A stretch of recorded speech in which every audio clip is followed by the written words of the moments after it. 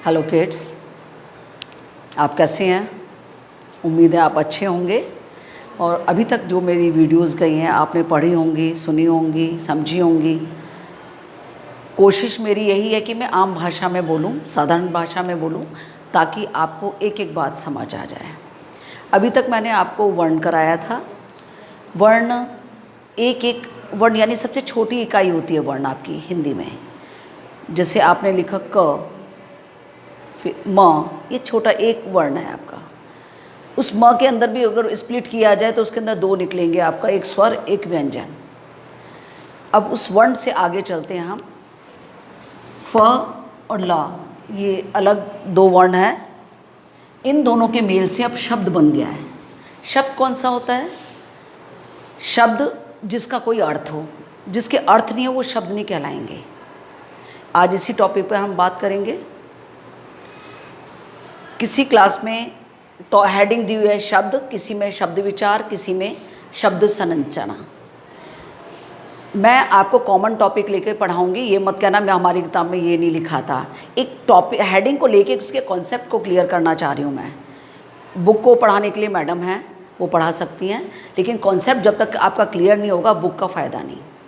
इसलिए आपको लेसन को पढ़ें, मेन पार्ट को मैं हाईलाइट कर रही हूँ। ओके, मैडम को विस्परिंग नहीं करेंगे। शब्द क्या है? दो या दो से अधिक वर्णों के सार्थक समूह को शब्द कहते हैं। यहाँ पे एक शब्द आया है आपका सार्थक, सअर्थक, यानी अर्थ के साथ हो, जिसका अर्थ ही अच्छा नहीं है यानी सही अर्थ नहीं है, वो आप शब्द नहीं कहेंगे। उन्हें हम निरर्थक शब्द कहते हैं। शब्द की कैटेगरी में नहीं आते, निरर्थक शब्द में डालते हैं। तो कहने का मतलब है अगर हम कहेंगे वह, कोई अर्थ ही नहीं निकला, तो ये शब्द में काउंट नहीं होगा। जिसका कोई अर्थ हो वही शब्द कहलाएगा। दो या दो से अधिक वर्णों का मेल हो। अब हम वर्ण विच्छेद करके देखते हैं कैसे मेल होता है इनका। क, मैंने हलंत क्यों डाला? क्योंकि का से मैंने आ को सेपरेट कर लिया है। अगर का से आ मैं सेपरेट नहीं करूँगी तो हलंत हट जाता है। जैसे आ मिक्स हो जाएगा इसमें, हलंत हट जाएगा। अब ये केवल एक वर्ण है क, जिसमें हलंत लगा है। क में से आ अलग कर दिया है मैंने। जो भी ध्वनि आएगी, जो भी आपका स्वर बोला जाएगा, उसको सेपरेट करेंगे आप। क अ आया, म में अ हटा दिया तो हलंत लगा दे, क्योंकि आधे हो गए अभी ये वर्ण। ल, तो ये पूरा इसको जोड़ेंगे, बन गया कमल। कमल आपको मालूम है, कमल का फूल आपने देखा होगा चित्रों में भी, कईयों ने तो वैसे भी देखा होगा जो कीचड़ में कमल खिलता है। तो उसको, उसका अर्थ एक व्यंजित हो रहा है। उस अर्थ को हमने यहाँ व्यंजित किया है, यहाँ विश्लेषित किया है। जैसे हमने बोला फल, फल, फल आपको मालूम है मीठे मीठे फल होते हैं, आप लोग खाते हैं घरों में, तो उन फलों के बारे में यहाँ मालूम है। तो ये सार्थक शब्द है हमारा। अब शब्द हम ना को भी कह सकते हैं, क्योंकि ना का भी अर्थ आता है। ना होता है नहीं के सेंस में होता है। ना को भी करेंगे, दो वर्ण हो गए इसमें। ना को हमने सेपरेट किया, अ उसमें से अलग कर दिया, आधा ना हो गया, और फिर आ दोनों जुड़ेगा तो ना बनेगा। तो ये शब्द नहीं के सेंस में आ रहा है, तो इसे भी हम शब्द की कैटेगरी में रखेंगे। वह होता है आपका और के लिए। वह को हमने सेपरेट किया, वह का दो सेपरेशन हुआ, दो वर्ण से मिलकर बनता है वह, और इसका अर्थ होता है और। तो यानी ये भी एक सार्थक शब्द हुआ। जैसे हम बोलेंगे किताब को वर्ण विच्छेद करेंगे, क में ई, छोटी ई की मात्रा है तो उसकी मात्रा को हमने अलग कर दिया, हमने स्वर लिखा यहाँ पर। ता में आ होता है ता, ब में आ, इसमें हलंत लगेगा आपका, क्योंकि ये आधे हो चुके हैं। अब इनका वर्ण विच्छेद हो गया, ये शब्द इनके मिलने से शब्द बन जाता है। अब शब्द की उत्पत्ति कहाँ से हुई है, कैसे कैसे हुई है, अब उस पर विचार करते हैं। कुछ तो कहते हैं कि अर्थ के आधार पर हम लोग शब्द को दो कैटेगरी में डिवाइड करते हैं, एक सार्थक शब्द और निरर्थक शब्द। सार्थक यानी सार्थक यानी अर्थ के साथ, एक तो अर्थ होता है जिसका, और एक दूसरे शब्द ऐसे होते हैं जो आम बोलचाल में हम लोग बोलते हैं और वो उनका पर मीनिंग नहीं होता है, हम लोग आम भाषा में बोल लेते हैं उन्हें, एक अपने रिदम की तरह, लय की तरह। जैसे हम लोग आम भाषा में चलते चलते बोलते थे, अच्छा खाना वाना खा लेना। अरे भाई खाना तो होता है, वाना क्या चीज़ है? वाना तो कोई शब्द नहीं है। तो उसको उन्होंने इस भाषा को भी हमारे साहित्य जगत वालों ने कैटेगराइज कर दिया है कि जो जिसका अर्थ होगा वो सार्थक में काउंट होगा और जिसका अर्थ नहीं होगा उसको निरर्थक में हम डालेंगे। रात वात को ले लेना, ये दवाई रात वात में ले लेना, तो रात तो शब्द है, यानी रात का मीनिंग अंधेरे वाली रात, दिन के बाद जो रात आती है। वात क्या है यहाँ पर? वात का कोई सेंस नहीं है। तो कई शब्दों का इसमें समावेश इस तरह हो गया है, तो इन चीज़ों को निरर्थक शब्दों में डालेंगे। तो दो शब्द यहाँ पे डिवाइड कर दिया है शब्दों को, जो अर्थ के साथ है वो सार्थक के अंदर, जो अर्थ के बाद है वो आपका निरर्थक के अंदर आ जाएगा। अच्छा, प्रयोग के आधार पर शब्द विच्छेद करते हैं। तो प्रयोग में कहते हैं कि जब हम उनको रचना करते हैं तो उसके अंदर विकारी अविकारी शब्दों का समावेश होता है हमारे साहित्य जगत में।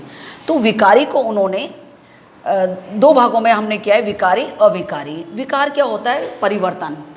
जिन शब्दों के सेंटेंस में प्रयोग होने से परिवर्तन हो जाता है वो विकारी, और जिनका समावेश होने से परिवर्तन नहीं होता सेंटेंस में कोई भी, तो उसको अविकारी के अंतर्गत लिया गया है। जैसे कि मैंने आपको पार्ट्स ऑफ स्पीच कराए थे, उन्हीं को 8 पार्ट ऑफ स्पीच हैं, उनको 4-4 भागों में हमने डिवाइड किया हुआ है। जैसे आपका संज्ञा था, संज्ञा सर्वनाम विशेषण क्रिया विकारी के अंतर्गत आएगा, और अविकारी के अंतर्गत क्रिया विशेषण, संबंध, बोधक, समुच्चय बोधक, विस्मयादि बोधक।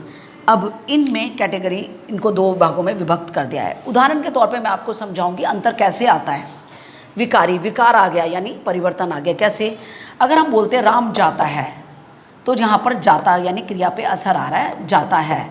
अब फीमेल हो गई तो यानी क्या होगा? सीता जाती है। अब जाता जाति में अंतर आ गया, तो ये विकार पैदा हुआ यहाँ पर। इन दोनों में ये चेंजिंग आ गई, किसके कारण? संज्ञा के कारण। तो ये विकारी शब्द हुआ, आपका संज्ञा विकारी है। मैं पढ़ता हूँ, यहाँ पर आएगा पढ़ता हूँ। मैं पढ़ता हूँ, तो मैं के कारण पढ़ता हूँ आ गया। अगर बहुत सारे जने होंगे, बहुवचन होगा, तो पढ़ते हैं आ गया। तो इसमें विकार पैदा हो गया, यानी परिवर्तन आ गया इन दोनों में। उसी प्रकार फीमेल होगा, जैसे आपको विशेषण के लिए लेंगे, सीता अच्छी है, राम अच्छा है, तो यहाँ पर अच्छा अच्छी में विकार आ गया, किसके कारण? संज्ञा के कारण। तो संज्ञा और विशेषण, सर्वनाम और क्रिया, इन सब में विकार आपने देखा कि भाई किस तरह इसमें चेंजिंग आ जाती है शब्दों के प्रयोग से। अब है अविकारी शब्द। जैसे हम क्रिया विशेषण लेते हैं, क्रिया विशेषण क्या होता है? जो क्रिया की विशेषता बताता है। जैसे दौड़ना, दौड़ना एक क्रिया है, उसकी विशेषता धीरे धीरे, तेज तेज दौड़कर, इस तरह जो आपको क्रिया की विशेषता बताएंगे। जैसे राम धीरे धीरे लिखता है, लिखने की क्रिया जो है आपकी हुई है, कैसे हुई है? धीरे धीरे हुई है। या राम तेज़ लिखता है, तो लिखने की क्रिया तेज़ हुई है। राम सुंदर लिखता है, तो यानी वो लिखना यानी क्रिया कैसा है? सुंदर है वो। तो ये चीज़ें आपकी विशेषता बताने के लिए होती हैं, किसकी? क्रिया की। पर इन शब्दों के प्रयोग से इनमें कोई फ़र्क नहीं पड़ता। जैसे आप स्त्री हो या पुरुष हो, धीरे धीरे शब्द आएगा ही, चाहे वो फीमेल हो या मेल हो। जैसे मोहन धीरे धीरे दौड़ता है, रमा धीरे धीरे दौड़ती है, तो इसमें कोई अंतर ही नहीं आया, क्योंकि ये आपकी क्रिया की विशेषता बता रहा है। क्रिया विशेषण है दोनों, कोई अंतर आएगा ही नहीं इसके अंतर्गत। अब जैसे ज्ञान मेज पर है, अब संबंध बोधक क्या होता है? जो कि विशेष सर्वनाम और संज्ञा में संबंध बताता है। तो इसके अंतर्गत आपका ज्ञान मेज पर है, मेज के ऊपर गेंद हो, बॉल हो, बैट हो, कोई फ़र्क नहीं पड़ता, मेज के ऊपर है तो है या मेज पर है। कहने का मतलब है इनके समावेश से सेंटेंस नहीं बदलता है। हाँ जी मैडम, विस्परिंग नहीं, आई एम नहीं। राम और श्याम, राम और श्याम 2 आपके शब्द हैं, इसमें और लगने से समुच्चय बोधक है। 2 शब्दों को जोड़ें या सेंटेंस को ज्वाइन करें, और तथा, क्योंकि, इसलिए, इन पर इनके अब समावेश से सेंटेंस पे कोई असर नहीं पड़ता, चाहे वो फीमेल हो या मेल हो, या स्त्रीलिंग हो या पुल्लिंग हो। सीता और गीता, कोई फ़र्क नहीं पड़ा, सीता गीता हो या फीमेल हो या मेल हो, नथिंग, कोई फ़र्क नहीं। अब आता है आपका विस्मयादि बोधक शब्द। इनके समावेश से भी कोई सेंटेंस पे असर नहीं पड़ता। जो फीलिंग्स आपको देनी है, जो मेल की हो या फीमेल की हो, एक ही फीलिंग्स का इम्पैक्ट पड़ता है। जैसे वहाँ हम जीत गए, तो फीमेल होगा या मेल होगा, कोई सेंटेंस पे इम्पैक्ट नहीं पड़ रहा है। तो इस तरह ये सारी चीज़ें हैं जो कि आपको एक एक चीज़ क्लियर हो गई, नहीं तो अधिकतर 12th तक ये चीज़ें क्लियर नहीं हो पाती हैं। एक एक कॉन्सेप्ट मैं क्लियर कर रही हूँ, मैं केवल चैप्टर नहीं पढ़ा रही हूँ, उसके कॉन्सेप्ट को ले रही हूँ। और जब अगर आपको कॉन्सेप्ट क्लियर होगा, आप पूरी एक्सरसाइज खुद कर सकते हैं। और एक्सरसाइज आपको करनी भी है, ताकि कुछ डाउट हो तो आप हमसे फ़ोन पर या किसी भी तरह आप कांटेक्ट करके उसका समाधान कर सकते हैं। Okay, thank you, take care.